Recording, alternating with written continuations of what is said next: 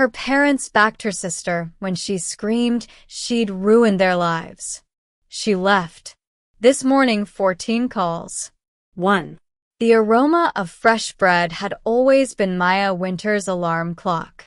For the past 3 years, the 24-year-old would rise at 4 a.m., her fingers finding the light switch in the darkness before her mind fully awakened. The family bakery, Winter's warmth, had been her entire world since her father's stroke had left him partially paralyzed down his right side. The bakery, a cornerstone of their Chicago neighborhood for 2 generations, had become Maya's responsibility overnight. While her peers were finishing college or traveling abroad, Maya's education came in the form of ledgers, supplier negotiations, and perfecting her grandmother's sourdough starter. Her younger sister Lily, just 19, had left for the prestigious Chicago Institute of Arts on a partial scholarship 6 months after their father's stroke, her absence creating a void that Maya silently filled. Their mother, Ellen, spent most days shuttling between hospital appointments and insurance companies, leaving Maya to handle both the business and much of the household duties. The routine had become so normal that Maya rarely questioned it anymore. Wake up, bake, serve customers, close shop, check on dad, make dinner, clean up, fall into bed, repeat. Only in those quiet moments after midnight, when everyone else slept, did Maya allow herself to experiment with new recipes, fusion pastries blending her grandmother's Eastern European traditions with contemporary flavors, specialty breads incorporating unexpected ingredients like lavender and cardamom. These midnight baking sessions were her secret sanctuary, the one space where she felt truly herself rather than just the dutiful daughter, the responsible sister, the stand-in manager. The Chicago seasons had cycled through spring, summer, fall, and back to spring again, with Maya barely noticing the changes outside the bakery windows. Her life had narrowed to the essentials of keeping everything running. The bakery's finances were increasingly troubling. Medical bills continued mounting despite insurance, ingredient costs were rising, and their loyal customer base wasn't enough to offset the growing debt. Maya had made the difficult decision 3 months ago to start using portions of Lily's remaining college fund to cover their father's medication costs. The decision had kept her awake for nights, but the alternative, watching her father suffer without proper treatment, wasn't something she could bear. She had promised herself she would find a way to replace the money before Lily needed it for her senior year tuition payment. The neighborhood had changed too, with gentrification pushing out old customers while new residents bypassed their traditional bakery for trendier establishments down the block. Maya had tried introducing some of her experimental recipes to attract new customers, but her mother insisted they stick to what works, the recipes that had sustained them for decades but were now failing to compete. On this particular Tuesday evening in May, Maya was reviewing the month's dismal numbers when the bell above the door jingled. She looked up with her practiced customer smile, only to freeze in surprise when Lily walked in, her art portfolio slung over one shoulder and a weekend bag in her hand. Surprise! Lily announced, her vibrant energy immediately filling the quiet bakery. Professor canceled Friday's session, so I thought I'd come home for a long weekend. Maya embraced her sister, noticing how Lily's hair was now dyed a soft lavender color, how her clothes carried the faint scent of oil paints and creativity. They hadn't seen each other in almost 4 months, their vastly different schedules making visits difficult. "How's Dad doing? And the bakery?" Lily asked, looking around with fondness at the place where they'd grown up playing hide-and-seek between the flour sacks. Maya's smile tightened almost imperceptibly. Dad's making progress with his new physical therapist. The bakery's managing. The hesitation wasn't lost on Lily, whose artist's eye had always caught the details others missed. Just managing? That doesn't sound promising. Maya shrugged, unwilling to burden her sister. It's a tough economy. We're getting by. The conversation shifted to Lily's studies, her upcoming gallery showing, her new friends, a world so different from Maya's daily grind that it might as well have been happening on another planet. As they walked home together through the spring twilight, Maya felt the familiar mixture of love and longing, pride and resentment that her sister always stirred in her heart. Dinner started pleasantly enough. Their mother had prepared lasagna, Lily's favorite. And their father was having one of his better days, his speech clearer than it had been in weeks.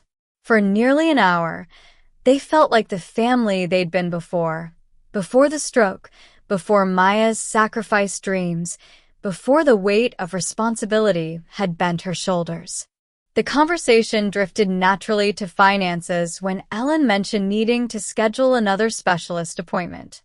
The insurance is giving us trouble again, she sighed, the lines around her eyes deepening. But we'll figure it out. We always do. It was an offhand remark, one Maya had heard countless times, but tonight Lily's expression changed. Speaking of figuring things out, she said slowly, I was looking for some old photos in Dad's office earlier, and I found the latest bank statements. The temperature in the room seemed to drop several degrees. Maya carefully set down her fork, her appetite vanishing. You are going through our financial paperwork? Lily's eyes narrowed slightly. I wasn't snooping. The envelope was open on the desk. But, Maya, what happened to my college fund? The silence stretched between them, taut as a wire. Their parents exchanged confused glances. What do you mean? What happened to it? Their mother asked, turning to Maya with questioning eyes. Maya took a deep breath, the explanation she'd rehearsed dozens of times suddenly evaporating. I had to make some difficult decisions. Dad's medication, the new one that's been helping him so much, insurance wouldn't cover it. And we were falling behind on the mortgage. Lily's face transformed, color rising in her cheeks. So, you just decided to take my tuition money? Without asking? Without telling anyone? The betrayal in her voice cut deeper than anger would have. It wasn't like that, Maya defended. I was going to replace it before. Lily stood abruptly, her chair scraping harshly against the floor. Before what? Before I needed it next semester? I have 3 months until tuition is due, Maya. 3 months. Their father raised a trembling hand, attempting to calm the situation, but Lily was beyond soothing. And the bakery? Is it even making any profit anymore? Maya's silence was answer enough. Oh my God, Lily whispered, then her voice rose again, cracking with emotion. You've ruined our lives. Dad's college fund for me is gone. The bakery is failing. Everything you touch falls apart. The accusation hung in the air like shattered glass. Maya looked to her parents. Surely they would defend her, explain how impossible the situation had been, how hard she'd worked to keep everything together. But their faces showed only exhaustion, resignation, and worst of all, a flicker of agreement in their eyes. Their silence was deafening. In that moment, something essential broke inside Maya, some final thread of hope that her sacrifices had been seen, appreciated, understood. Without a word, she stood and walked upstairs to her bedroom, Lily's words reverberating in her mind. By midnight, while the house lay quiet, Maya packed a single suitcase, some clothes, her personal identification documents, and most preciously, the worn notebook containing all her recipe innovations. She'd been offered a couch by her high school friend Jessica months ago when Jessica had moved to Seattle to work as a barista. At the time, Maya had laughed off the invitation, unable to imagine leaving her family responsibilities. Now, the offer felt like her only lifeline. She scribbled a brief note and left it on the kitchen counter. "I'm sorry I couldn't be what you needed. I love you all." The pre-dawn bus to Seattle pulled away from Chicago as the first light was beginning to touch the bakeries across the city. Maya didn't look back, her tears finally falling freely as the skyline receded in the distance. For the first time in 3 years, someone else would have to open the bakery.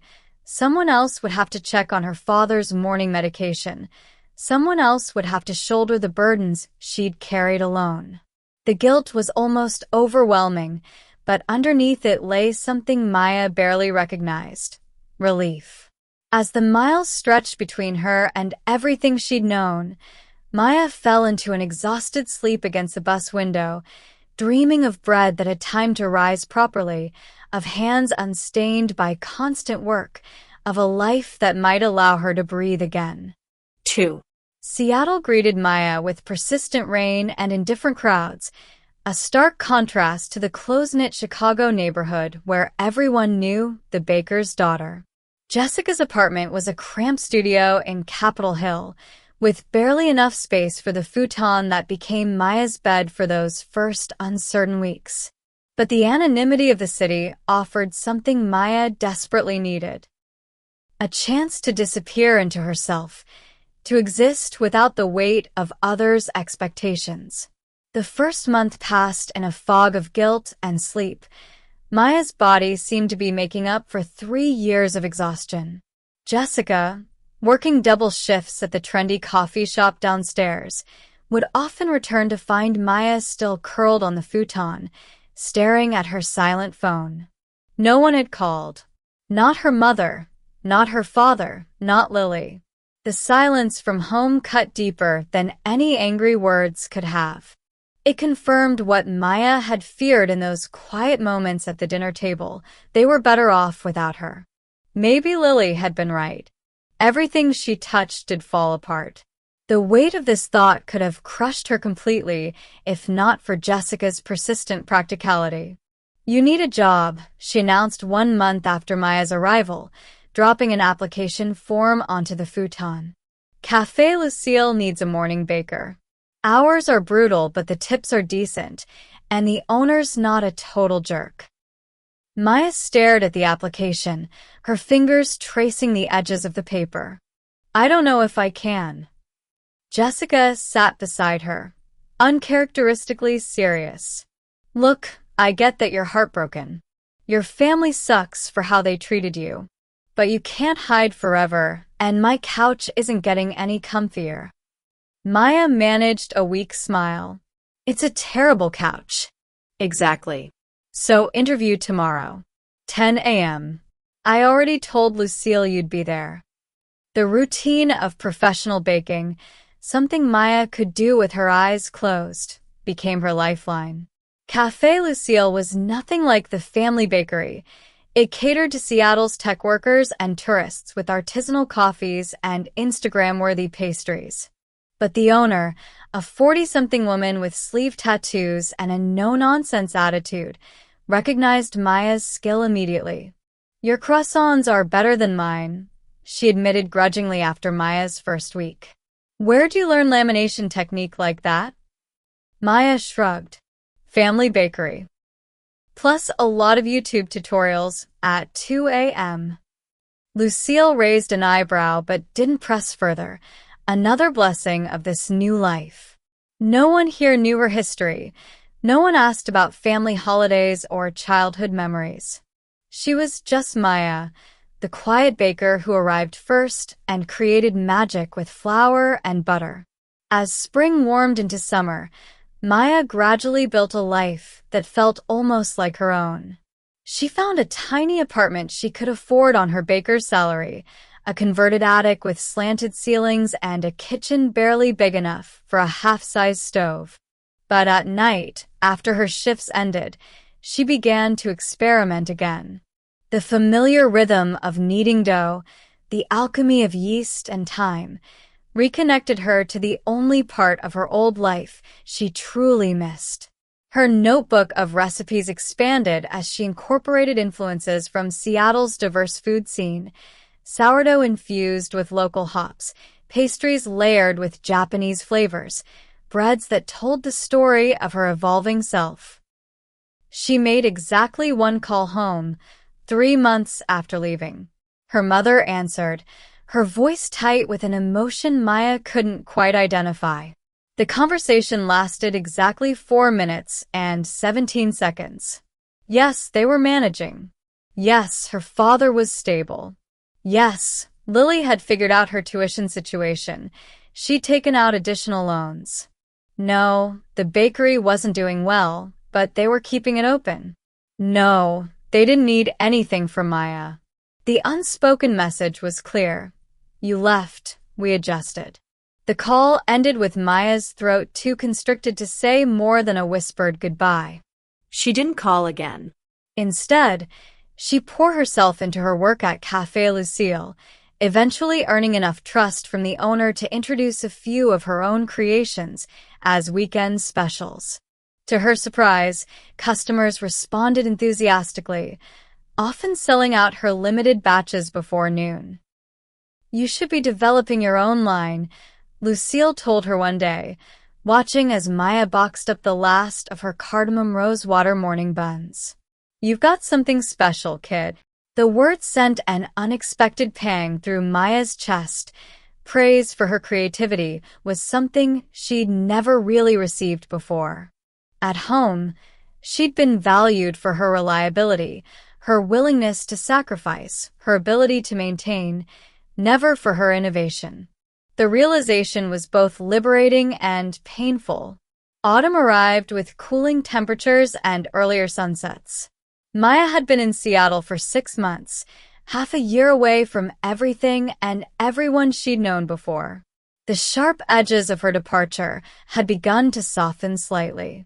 She no longer woke in the middle of the night, seized by panic that she'd abandoned her family. She'd stopped checking her phone compulsively for messages that never came. She'd even made a few tentative friendships beyond Jessica. Other early morning workers at nearby businesses, a couple in her apartment building who invited her for occasional movie nights. The weight of failure that had clung to her shoulders since that fateful dinner was gradually lifting, replaced by something that felt cautiously like hope. And then came the morning of the 14 calls. Maya's phone rarely rang at all these days. Her social circle communicated primarily through texts, and her family had maintained their silence. So the buzzing that pulled her from sleep at 6 a.m. on a Sunday, her one day off, was unusual enough to send a spike of adrenaline through her body. Grabbing the phone from her nightstand, she blinked at the screen in confusion. 14 missed calls, all from the same number, home. Not her parents' cell phones, but the landline they'd stubbornly maintained in the kitchen of the Chicago house. 14 calls meant emergency, hospital, accident, death. Her hands trembled as scenarios flashed through her mind.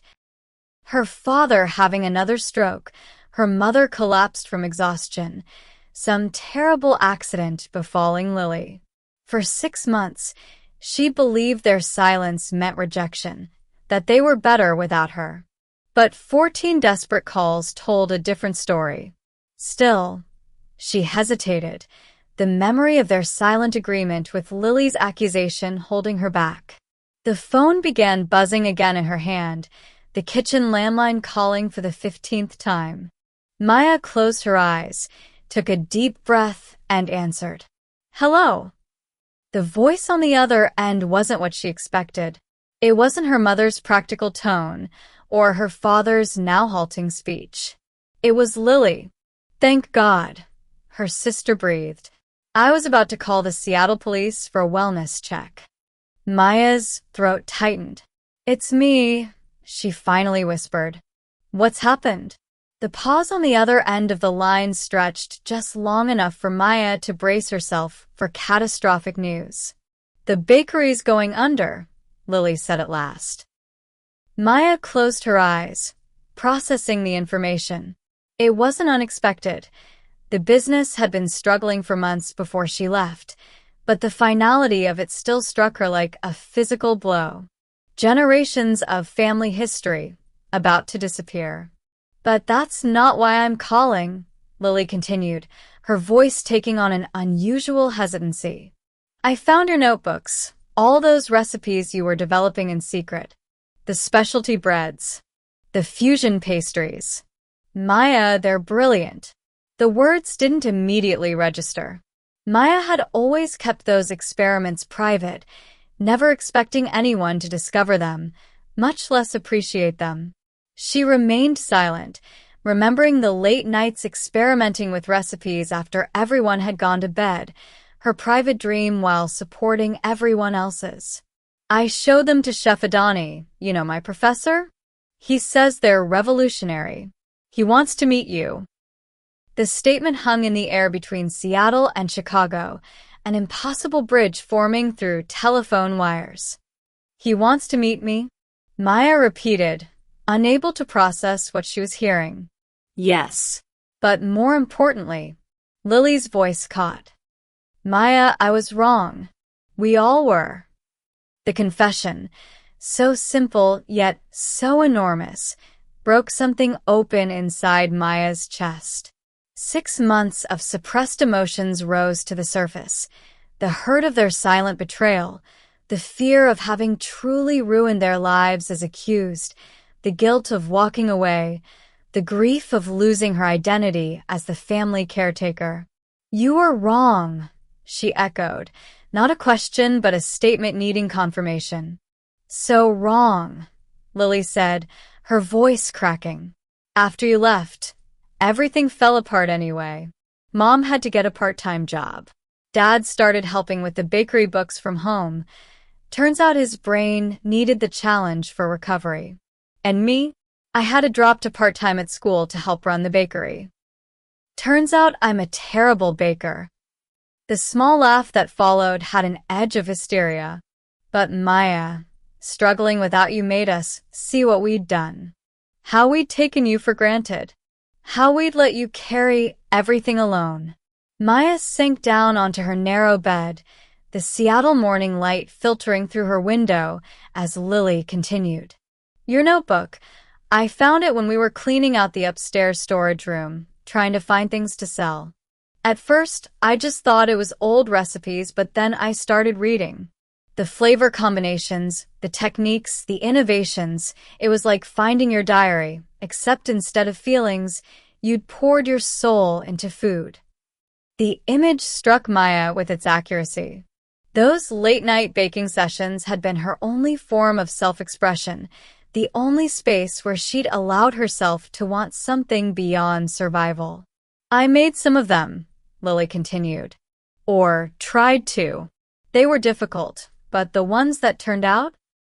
Maya, people went crazy for them. For the first time in months, we had lines out the door.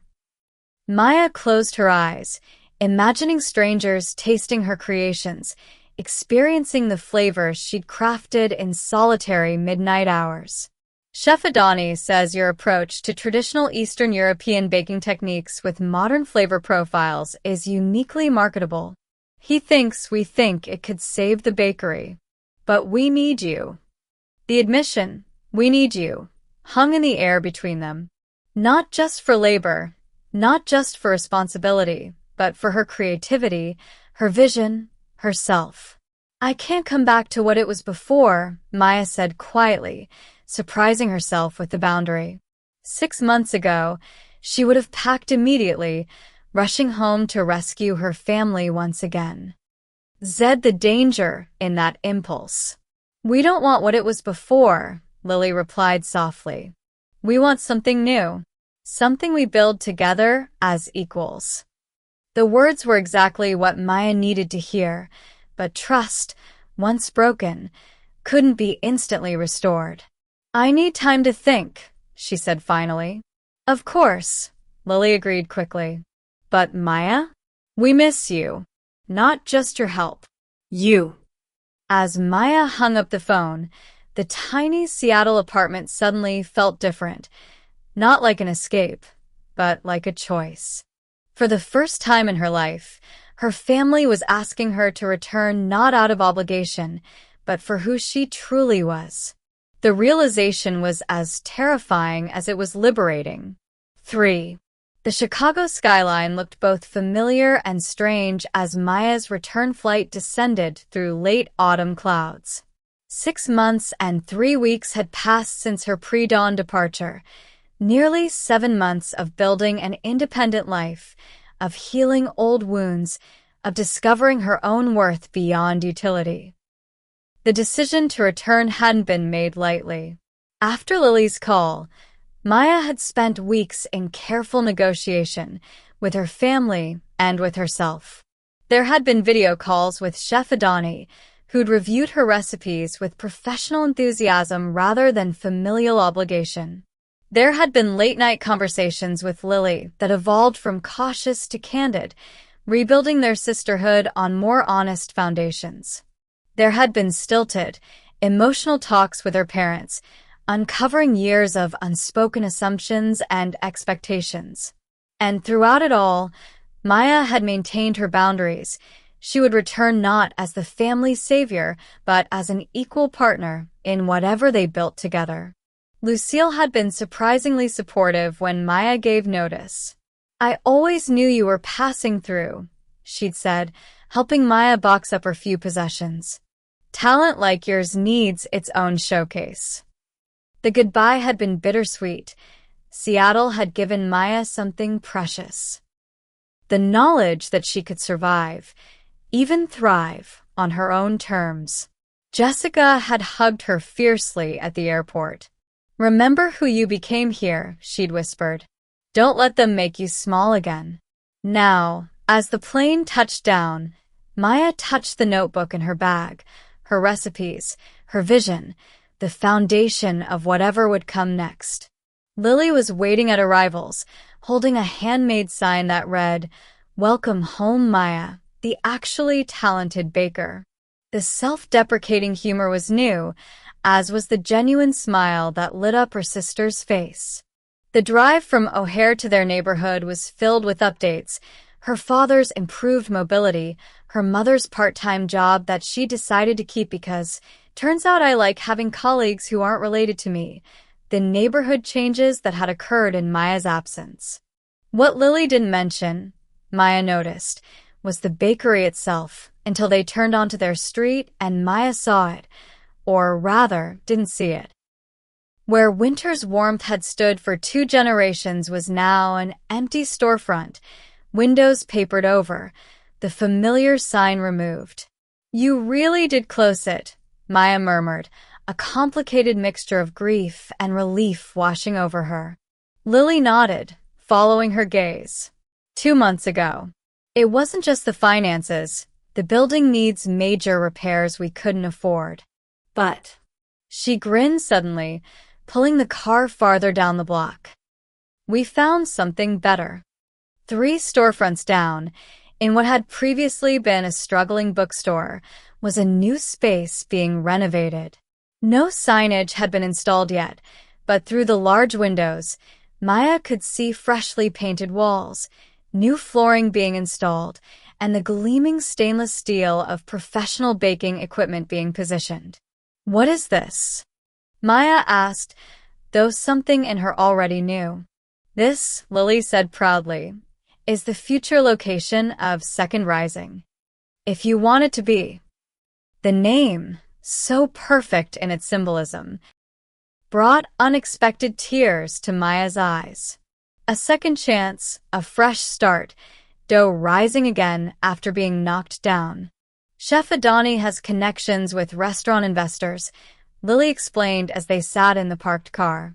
"After tasting your recipes, he brought 2 of them to the house. They tried 8 different things from your notebook and offered startup funding on the spot." Maya stared at her sister in disbelief.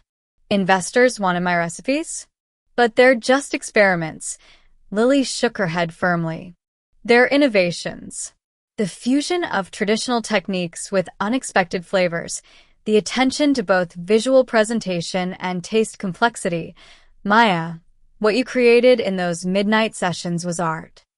The validation from professionals, from her artist sister who knew something about creative value, left Maya momentarily speechless. "The concept is brilliant," Lily continued excitedly. "Your culinary direction, my visual branding and marketing. I've already designed the logo and packaging, with Dad handling customer service and Mom managing the books. A true family business where everyone contributes their actual strengths." It sounded too perfect, too easy after everything that had happened. "And the investors are okay with a family operation?" Maya asked skeptically, remembering the business books she'd studied that warned against exactly such arrangements. Lily's expression grew more serious. "They had conditions. Professional training for you, which Chef Adani is providing. Business classes for me. And She hesitated. "Family therapy for all of us." The last requirement surprised Maya more than anything else. "Family therapy." Lily nodded. "The primary investor said he funds talent but won't invest in dysfunction. He said the concept is only as strong as the team executing it. When I told him our history, how we lost you, he made therapy non-negotiable." The thought of her family. Stoic Midwesterners who believed problems should be handled privately, sitting together with a therapist was almost unimaginable. Yet it was also exactly what they needed. "We've had 3 sessions already," Lily admitted, "preparing for your return. It's been hard. Good, but hard." The family dinner that night was nothing like the fateful one that had driven Maya away. They gathered not in the house where she'd grown up, but in her parents' new apartment. They'd downsized after closing the bakery, another practical adjustment to their changed circumstances. Her father, moving more steadily than she remembered, embraced her with tears in his eyes. "My Maya," he said, his speech clearer than it had been before she left. "Forgive me for my silence that night, for all the nights." Her mother, looking both older and somehow lighter, held her next. "We have so much to make right," she whispered against Maya's hair. The meal was takeout. No one pretending that food preparation was simple or unimportant, and the conversation flowed with a deliberate honesty that felt both unfamiliar and healing. They talked about the bakery concept, about the projected timeline for opening, about the division of responsibilities based on genuine skills rather than assumed obligations. But they also talked about the harder things, the patterns that had led to Maya's departure, the expectations that had weighed her down, the ways each of them had contributed to the family dysfunction. "I was jealous of you," Lily admitted during a pause in the conversation, the words clearly difficult for her to speak. "You were always so capable, so necessary. I felt like the frivolous one, chasing art while you did the real work. It was easier to blame you than admit I felt inadequate." Maya stared at her sister, this confession illuminating years of tension between them. "I resented you," she acknowledged in return, the honesty both terrifying and freeing. "You got to pursue your passion while I set mine aside. But I never told you that. I just martyred myself and then felt bitter when no one noticed." Their parents exchanged glances, the therapist's influence evident in their restraint from jumping in to smooth over the difficult moment. Instead, their father spoke with careful deliberation.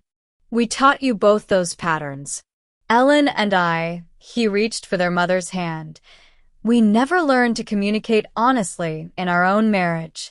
We modeled obligation without boundaries, sacrifice without acknowledgement." Their mother nodded, adding softly, "And we favored Lily's dreams because they were external, visible. We didn't recognize your passions, Maya, because they looked like duty from the outside. We failed to really see you." The acknowledgement, so complete, so lacking in defensiveness, broke something open in Maya's heart. Not a shattering this time, but a release, like dough finally allowed to breathe after being tightly contained. They talked late into the night, not solving everything but establishing a new foundation of honesty on which they could begin to rebuild. As Maya settled into the guest room, no longer her childhood bedroom, which had been converted to her father's home office during her absence, she felt simultaneously exhausted and lighter than she had in years. Tomorrow, she would see the new bakery space properly, would begin translating her midnight experiments into professional production plans. But tonight, she recognized that the most important rising happening wasn't in any bread dough. It was in herself, in her family, in the space they were creating for authentic connection. The months that followed were among the most challenging and rewarding of Maya's life. Under Chef Adani's mentorship, she refined her intuitive experiments into consistently reproducible recipes, learning the science behind her art. The professional kitchen equipment required adjustments to her techniques, and the scale of production presented new challenges. Meanwhile, Lily threw herself into creating a cohesive brand identity that would set them apart in Chicago's competitive food scene. Their visual collaboration, Maya's food presented through Lily's artistic lens, created something neither could have achieved alone. Their parents, too, found renewed purpose. Their father, greeting construction workers and vendors from his mobility scooter, became the project's unofficial ambassador, sharing the family's vision with contagious enthusiasm. Their mother, applying skills from her corporate career before marriage, established systems and processes that would keep the business sustainable. The family therapy continued weekly, sometimes revealing old hurts that had festered beneath the surface for decades, sometimes celebrating small victories in their new ways of relating. They learned to recognize unhealthy patterns. Maya's tendency to silently shoulder burdens until resentment built, Lily's quick emotional reactions when feeling overlooked, their mother's anxious micromanaging when afraid, their father's withdrawal when overwhelmed. More importantly, they practiced new responses: direct communication, explicit appreciation, appropriate boundaries, shared problem-solving. The investors, seeing both the culinary promise and the improving family dynamics, released additional funding ahead of schedule. By early spring, almost exactly 1 year after Maya's departure, Second Rising was ready for its soft opening. The bakery cafe occupied a bright corner location with large windows letting in natural light. Inside, Lily's design vision had created a space both modern and warmly inviting, clean lines and contemporary fixtures balanced with touches of the Eastern European heritage in their family recipes. Maya's production kitchen, visible through glass walls, allowed customers to watch the baking process, demystifying the craftsmanship behind their offerings. The counter display showcased both traditional items and Maya's signature creations. The fusion pastries that had begun as private midnight experiments now proudly centered in their business model. The evening before their public opening, the Winters family gathered for a private celebration in the completed space. Local food critics and the investors would arrive the following morning for the official ribbon cutting, but tonight belonged just to them. Maya looked around at what they had built together, not just the physical space but the healed relationships that had made it possible. Her father raised his glass, his hand steady now after months of dedicated therapy. To falling apart, he said, his eyes meeting each of theirs with meaning, so we could rebuild together. For the first year of Second Rising passed in a blur of 18-hour days, unexpected challenges, and growing success. Maya had anticipated the physical demands of running a bakery, the pre-dawn starts, the constant standing, the precise timing required for perfect results. What surprised her was how differently these same demands felt when she was creating her own vision rather than maintaining someone else's legacy. The exhaustion at day's end was the same, but the fulfillment was transformative.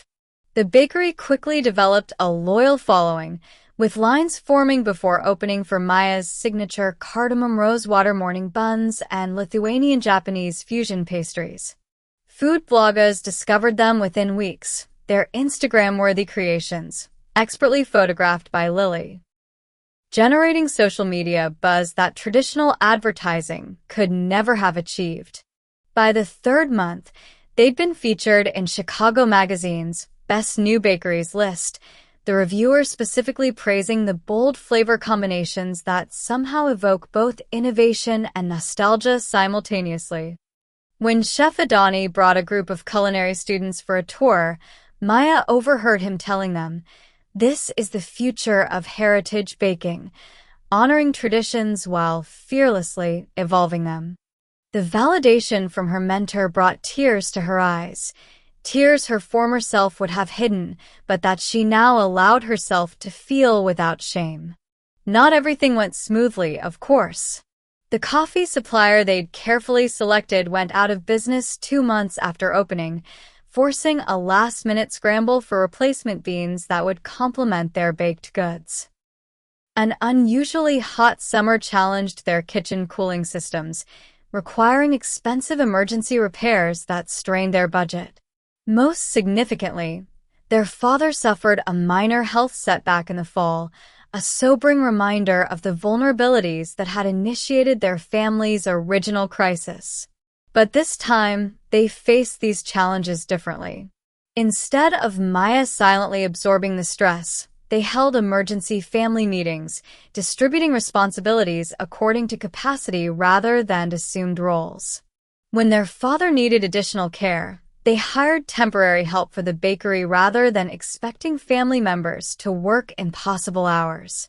They learned to be flexible with their vision without abandoning it entirely. When certain complex pastries proved too time-consuming for daily production, they became weekend specials instead of being eliminated. Through it all, the family therapy continued, now reduced to monthly check-ins rather than weekly interventions. The therapist, Dr. Chen, remarked during one session how dramatically their communication patterns had evolved. "A year ago," she noted, "problems were either ignored until crisis point or became occasions for blame.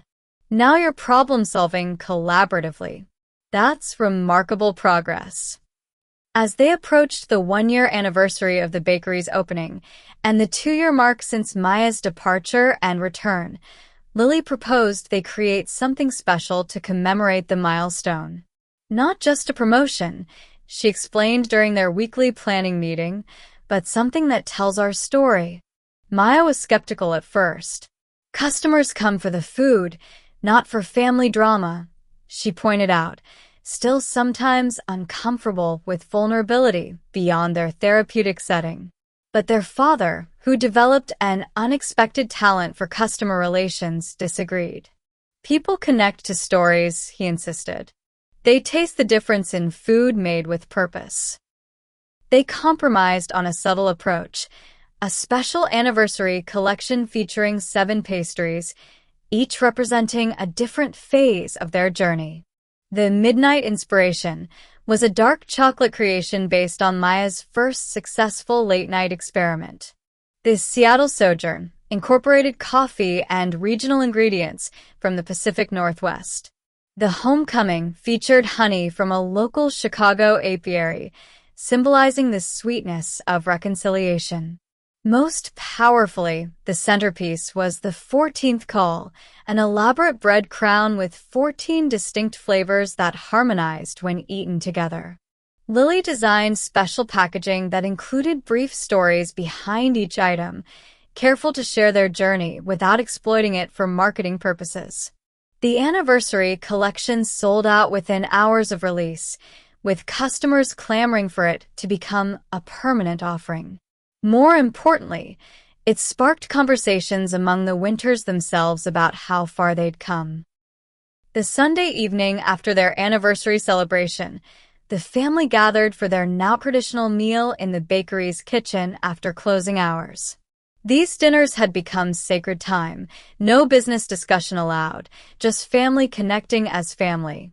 Maya looked around at the table, noticing the changes in each of them. Her father, though still using a mobility aid, had regained much of his confidence and purpose. Her mother had discovered a passion for mentoring their young staff, channeling her nurturing instincts beyond family boundaries. Lily had matured remarkably, her artistic sensitivity now balanced with practical business acumen. And Maya herself had transformed from the self-sacrificing martyr into a confident creator who knew her worth. She had learned to set boundaries without guilt, to pursue excellence without exhaustion, to love her family without losing herself in the process. Her father raised his glass in what had become their weekly ritual. "To falling apart," he began. "So we could rebuild together," they all finished in unison. Maya smiled, thinking of the framed quote hanging behind the register, the first thing she'd insisted on when they opened. "The most beautiful mosaics are made from broken pieces." She'd once believed that walking away had been her greatest failure. Now she understood it had been her first act of necessary courage. Sometimes the broken places in relationships become spaces where new understanding can grow, if we're brave enough to plant seeds there. The defining moment wasn't when Maya left, it was when she answered that 14th call, choosing to listen rather than cling to justifiable anger. And it was when Lily made those 14 calls, refusing to give up even when the first 13 went unanswered. 5. 3 years after Second Rising's grand opening, what had begun as a neighborhood bakery had evolved into a Chicago culinary landmark. They'd expanded to a second location in Wicker Park, with plans for a third in Evanston near Northwestern University. Maya's recipes had been featured in national food magazines, and Lily's packaging designs had won industry awards. Their parents, now semi-retired but still involved, had become passionate advocates for family business therapy, occasionally speaking at small business conferences about their journey from crisis to collaboration. The 14th call had become part of family lore, the moment that could have ended in permanent estrangement, but instead became the bridge to something stronger than what had been broken. On this particular Sunday evening, the family gathered as always around the large table in the back kitchen of the original location. The conversation flowed easily between personal updates and casual planning for the coming week. Maya's quiet contentment reflected on how different this scene was from the tension-filled dinners of their past. The wounds hadn't disappeared. They had healed into scars that sometimes still ached when stressed, but ultimately had made them stronger, more flexible, more honest with themselves and each other. "You know what I realized today?" Lily said suddenly, setting down her fork. "Today marks exactly 4 years since that awful dinner when I said those terrible things to you, Maya." The table fell silent, this specific anniversary, not one they typically acknowledged. Maya reached across to squeeze her sister's hand. "We've come a long way since then." Their father nodded thoughtfully. "That night could have been the end of us as a family. Instead, it became our beginning." Their mother, always more practical, added, "Though I could have done without the 6 months of separation and panic." They all laughed, able now to find humor in even the painful chapters of their story. Later that night, after everyone else had gone, Maya and Lily lingered in the bakery kitchen. Maya was preparing experimental dough for tomorrow, while Lily sketched packaging concepts for their holiday collection. "Do you ever wonder what would have happened if you hadn't answered that 14th call?" Lily asked, looking up from her drawing. Maya considered the question carefully. "Sometimes. But I think eventually one of us would have found a way back to the other. The love was always there, even when we couldn't see it." Lily nodded, then gestured to the wall where Maya's framed quote hung. "The most beautiful mosaics are made from broken pieces," she read aloud. "You know, that's literally true in art. The most stunning mosaics require breaking things first, Maya smiled, testing the elasticity of her dough with practiced fingers. Some things need to be broken before they can be made into something more beautiful. The sisters worked in comfortable silence after that, each creating in her own medium, together in the space that their brokenness and courage had built. If you've been moved by this story of family, forgiveness, and finding your own path, please like this video and subscribe to our channel. We share new stories of transformation and triumph every week. Share with friends who might need to hear that broken relationships can heal, and leave a comment about what resonated most with you. What was your 14th call moment when you chose courage over comfort? Your story matters too.